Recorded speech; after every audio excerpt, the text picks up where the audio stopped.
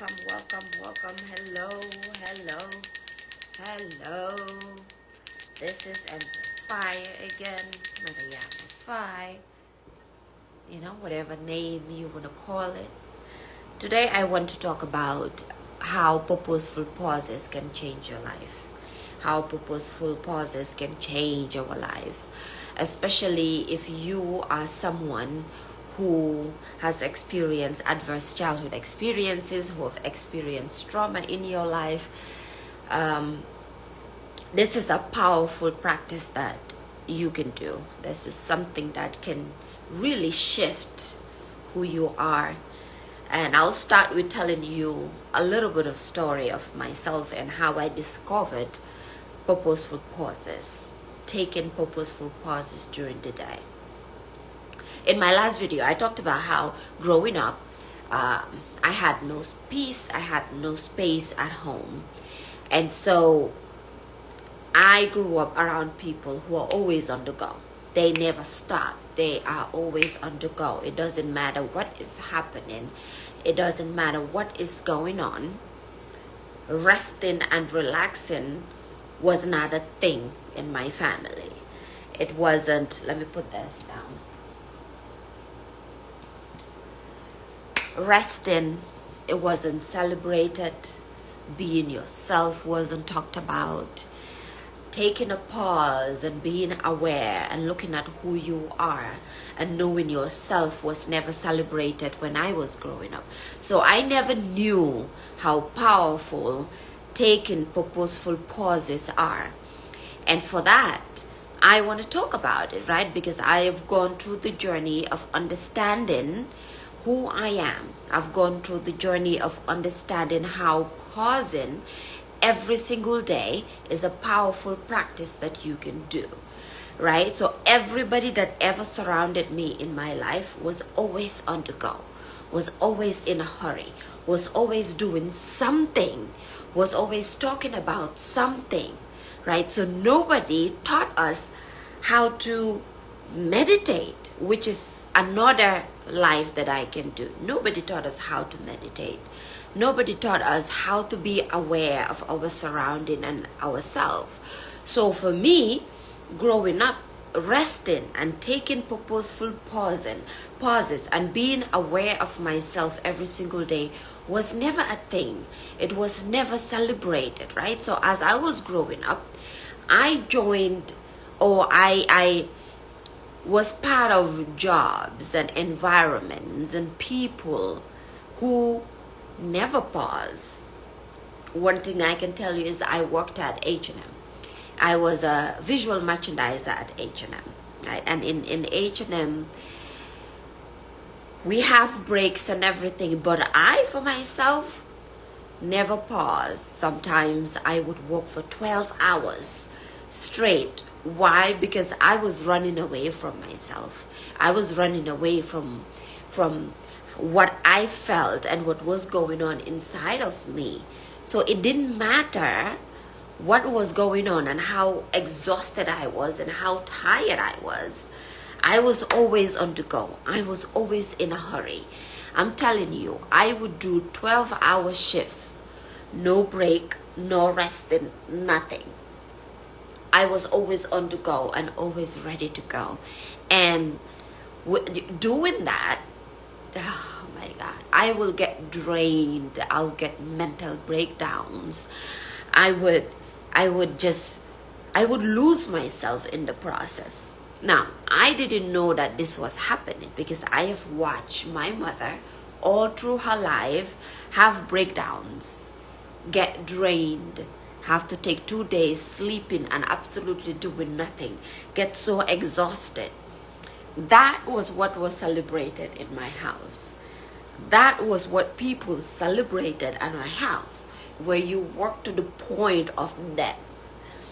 What I didn't know was that the reason this was celebrated is, one, they were unconscious, but two, nobody was doing the inner work of healing themselves, of breaking generational curses, of understanding why our family was the way that it is, right?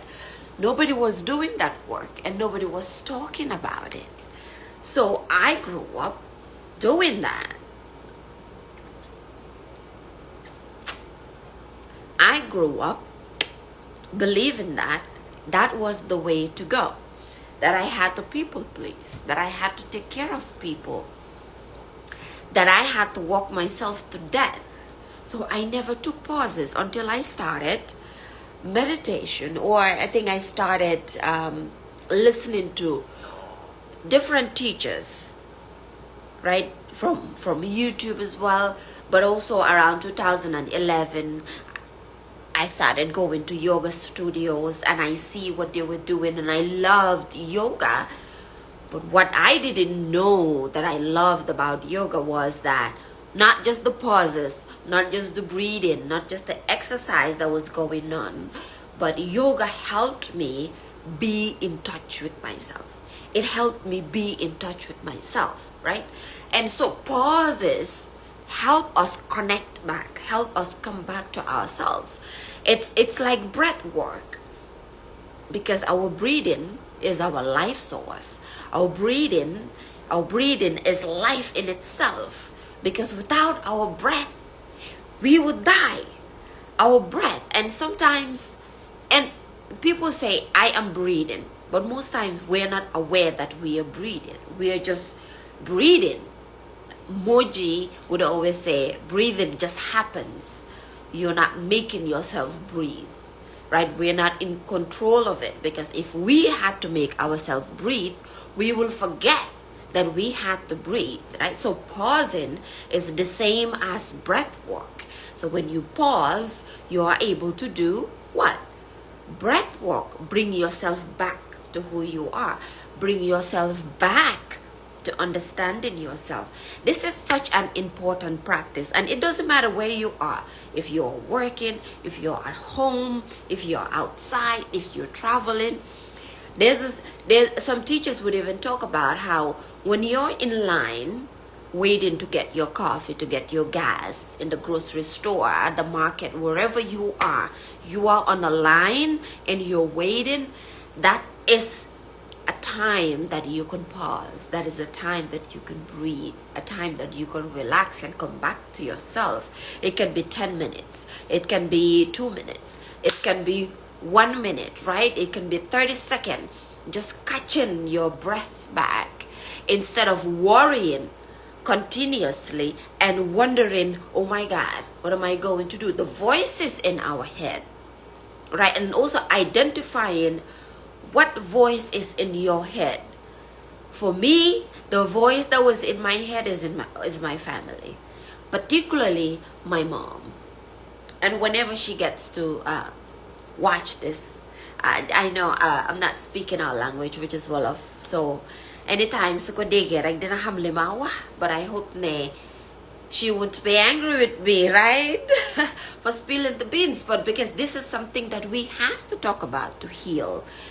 So her voice was constantly in my head, which means that whatever was happening with her, whatever pain that she went through in her life, I got that as well. I took that within myself as well, and that's how I walked the world, which is why taking pauses is very important. And this is something not a lot of people talk about. Being able to pause wherever you are, on a line, in a grocery store, when you're talking to people, when you're listening to people, when you are in a garden, right? No matter what you're doing, being able to pause and listen to yourself and catch your breath and looking around you, being aware of your surrounding.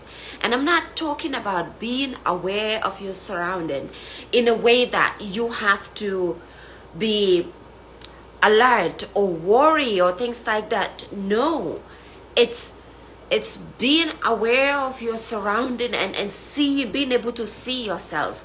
I don't know if this is making sense, right? Comment below if this makes sense to you, so I know that you understand what I'm saying, right?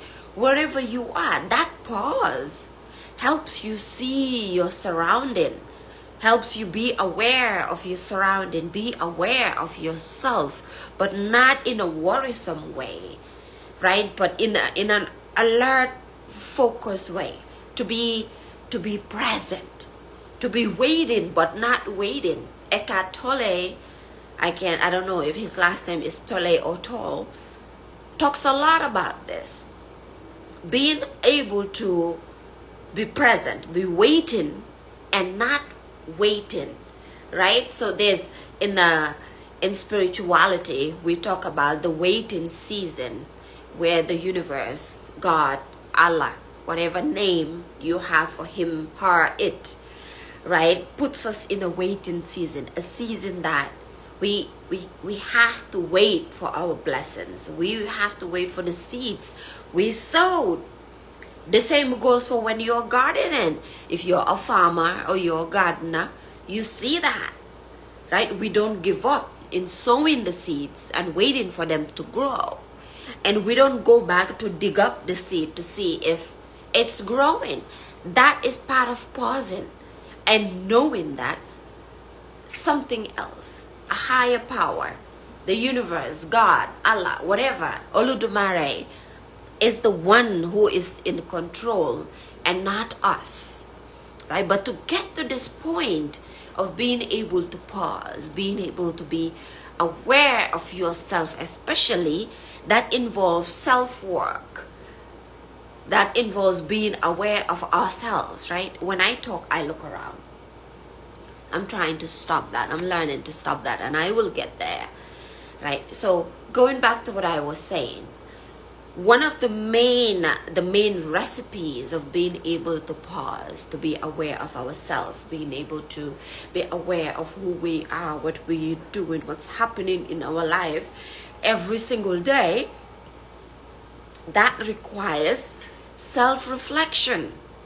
That requires us understanding us and what happened to us in childhood, adverse childhood experiences, generational trauma, generational causes, right? Our family, what's happening with them, what happened with them.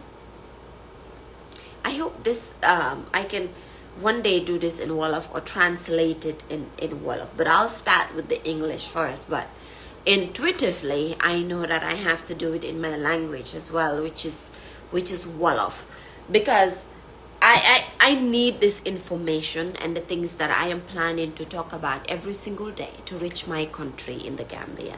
I want it to reach Gambian women. I want it to reach Gambian girls, because my goal is really to impact Gambian women everywhere in the world, but African women and Gambian women, especially women who have never heard this, women who have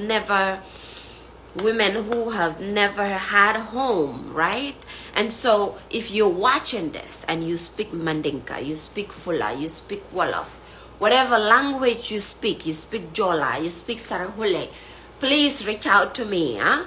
Let's translate this and let's get this information out in the Gambia. Let's get it everywhere, from the towns, from the city, from the village, everywhere, because I want my story and my life and my situation and the things that I have experienced to reach Gambian women wherever they are in the world, even if they are in the poorest villages in the Gambia, or what is considered poor. I want my message to get them.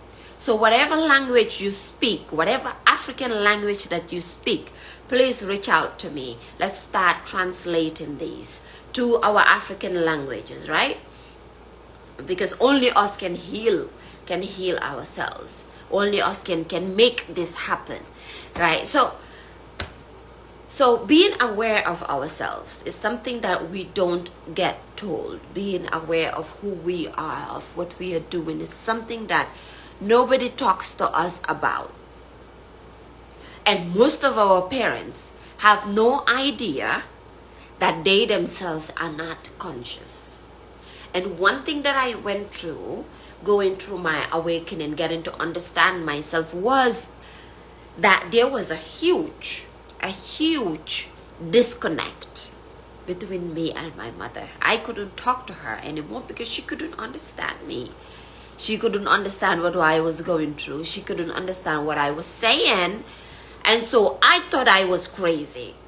I thought the meditation I was doing, the yoga I was doing, the self-practices I was doing, the reflections that I was doing, nobody was doing them. And something was wrong with me, right? I was raised in a Muslim family. Now, I watched my grandmother take pauses, do purposeful pauses. Mentally, I don't know what was going on with her, because I don't think she healed either. But she did take them, right? When she is, how do you call it? I forgot the name. When you're praying with the prayer beads, how do you call that in Wolof again? Wirda, huh? Raised from a Muslim family. Sui Wirda, when she's using the prayer beads, right? She would pause. She would sit down alone by herself. But I don't know what was going on in her mind. And so I saw her do that. So when I started doing that, not the wirda per se, which I do, I have the prayer beads. So whatever prayers that I am doing, be it the Quran, be it the Bible, be it African spirituality, majority of the time, or be it affirmations, majority of the time, I will have my prayer beads and I'll use them. I'm getting hot, even though the AC is on. On the fan towards me. Yeah, so I saw her do that. But still, no one explained to me what was going on.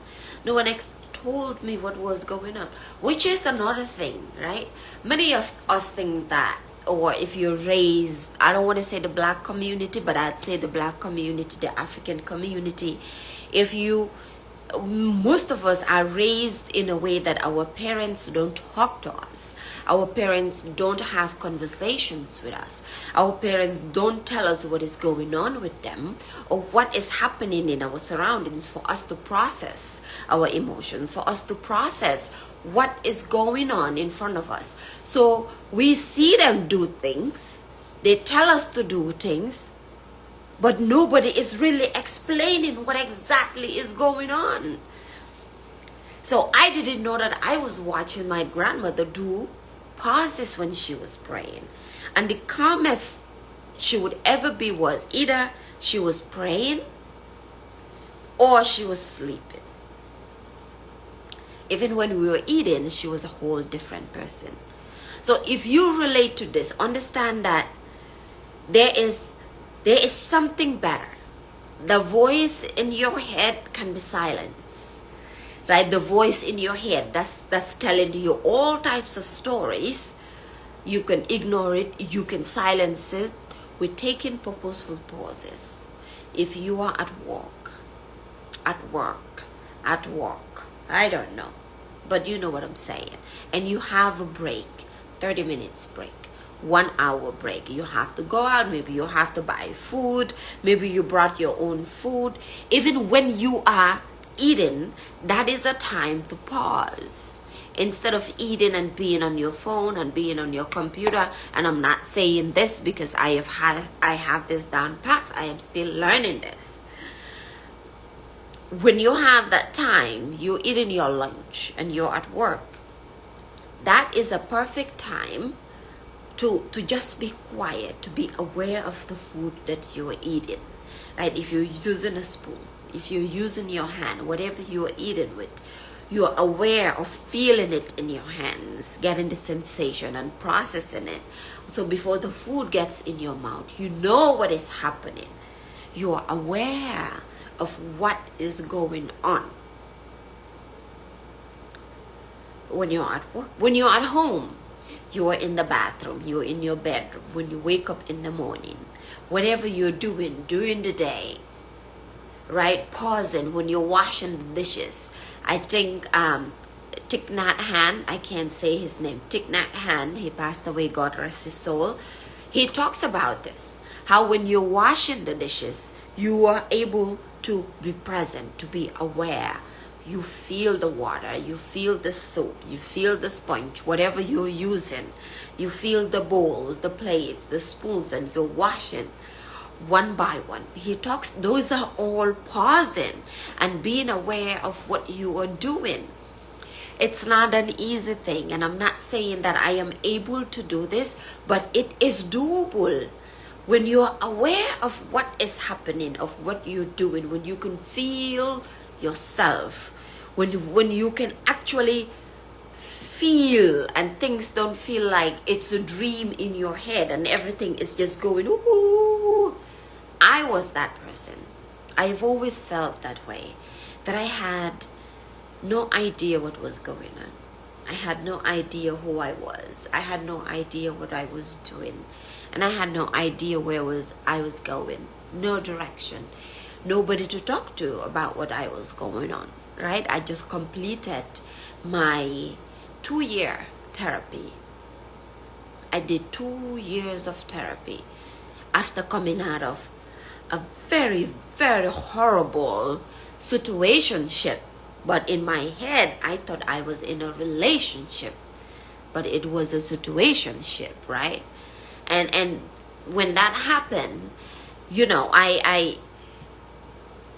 that's when I cut off everything and everyone and began this journey of really understanding what is going on with me and what is it that's in my family. So whatever you believe, you know, whatever book that you read, religious book or spiritual book, I love to say that I am spiritual. I'm not religious. I was raised in a religious Muslim house. But now going back to understand the Quran and to read things, I can say that the people that raised me, I don't think they themselves understood what the Quran was saying. This happens, you know, a lot. And this is why I am a part of Girl Hold My Hand, which is, you know, Coach Stormy's private group. Stormy Nicole Wellington. You know, I love this lady because there's so much I learned. I'm a book nerd. I love books. See, that's Elegua. I love books. I have all types of books. I have all types of books here, from spirituality, from health and wellness, from money, everything. And I buy these books. I look for these books. I collect these books. So I read a lot. I don't know. I can't remember where I was going. Yeah. So I learned all of these things, but I have never seen a black woman talk about these issues until I came across Stormy Nicole Wellington, right? I have never seen anybody talk about these issues. No one that I know talks about this. I have listened to a lot of white women talk about it. I have listened to a lot of white men talk about these issues, right? I have had motivational videos and everything, but because I was raised in a deeply religious Muslim family where they said that, you know, just connecting with Christians or doing anything with Christians, when I die, I am going to hell. I never delved in the Bible or tried to understand different religions. And so I couldn't connect with people who were in different religions until I started looking deep into myself. And then when I started studying Black history and understanding Black history and racism and all, I came to see that to understand Black history, to understand African history, I have to understand the church. I have to know things about the Bible. And a lot of people say different things about the Bible, and all of it is true. It was used against our ancestors. It is healing, the same way that the Quran is healing, the same way that Arabs, you know, enslaved Africans as well. You know, so many indoctrinations have been put into us, right? But when I started getting into these things, that helped me understand what people like Stormy Wellington are talking about. I gravitated towards listening to white folks, white people. I know there's a difference between white folks and white people, right? So I will use white folks. I gravitated towards listening to white folks about these issues because most of the people that I listened to spoke about spirituality and not necessarily religion. And so I gravitated towards them. But Stormy Wellington is the first black woman, African American woman, that I heard speak in depth about the things that I was going through, about the things that I learned, about generational trauma, about adverse childhood experiences, in the way that she talks about it. And this is why I am part of her group, Girl Hold My Hand, right? And if you are not in Girl Hold My Hand, and you relate to what I am saying, baby, you need to be in Girl Hold My Hand, because it is a community of women who are healing from these issues. Black, white, brown, pink, yellow. Over there we come one. We look, we have to be one. You have to look at yourself. Self-reflection in that group, Girl Hold My Hand. There is no joke and there's no playing in there. Right? You get your money right. You get your mind right. You get your shit together in Girl Hold My Hand. Right? And she put me onto these products that I use. Blossom Me is a women's dietary supplement. These are things that I never knew growing up. Nobody was taking care of themselves. Personally, growing up, I have never seen a woman do self-love and self-care. I have never seen a woman take care of themselves and love themselves. When I was growing up, there was no being okay with dressing like this at home and feeling good and doing self-love. Nobody did that, and nobody talked about that. Now I use the scarf because I'm growing my locks, as you can see. I'm locking my hair. It's something that I wanted to do as a child. Right? But if you understand the culture of Rastafarian, they are ostracized, and I have always felt ostracized, so I'm like, well, why not? I've always been there. Anyway, I'm going to cut this short to summarize and to go back to the topic. Taking purposeful pauses, understanding who you are, doing self-reflection, right? Looking into your history, your ancestral history, your family history, your own history, what's happening around you, who is who and what is what. Why do you do the things you do? I heard that from, who was it? I think it's Dr. Joe Dispenza and Simon Sinek. Why do you do the things that you do? That blew my mind. Why do I do the things that I do? When I began to understand that, my life changed. Right? Can you walk around without your phone? Can you sit down for more than 5 minutes without music, without a phone, without your mind driving you crazy? Can you be silent and be yourself without smoking weed? Huh? And if I say that and you're like, ugh, smoking weed, right? Smoke weed. Look into why you grew up believing that weed is a drug, weed is a horrible thing. If your family abused weed, like I grew up watching my family doing, look into why they abuse it. Why do people abuse that? These are all things that would help us pause.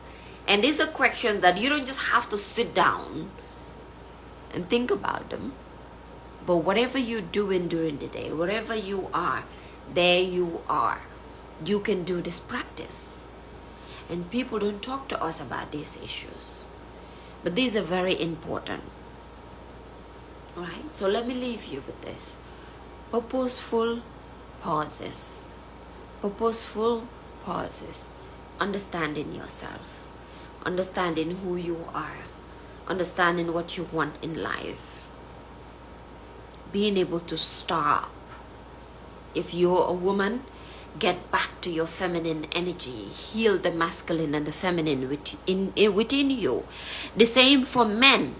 Understanding the feminine and the masculine that is within you. Why you can't rest. Why you can't stop. And I'm not talking about rest, laziness.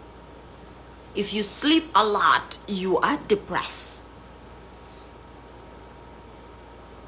But why is all of these things happening to you? Why do you do the things that you do? Why do you do the things that you do?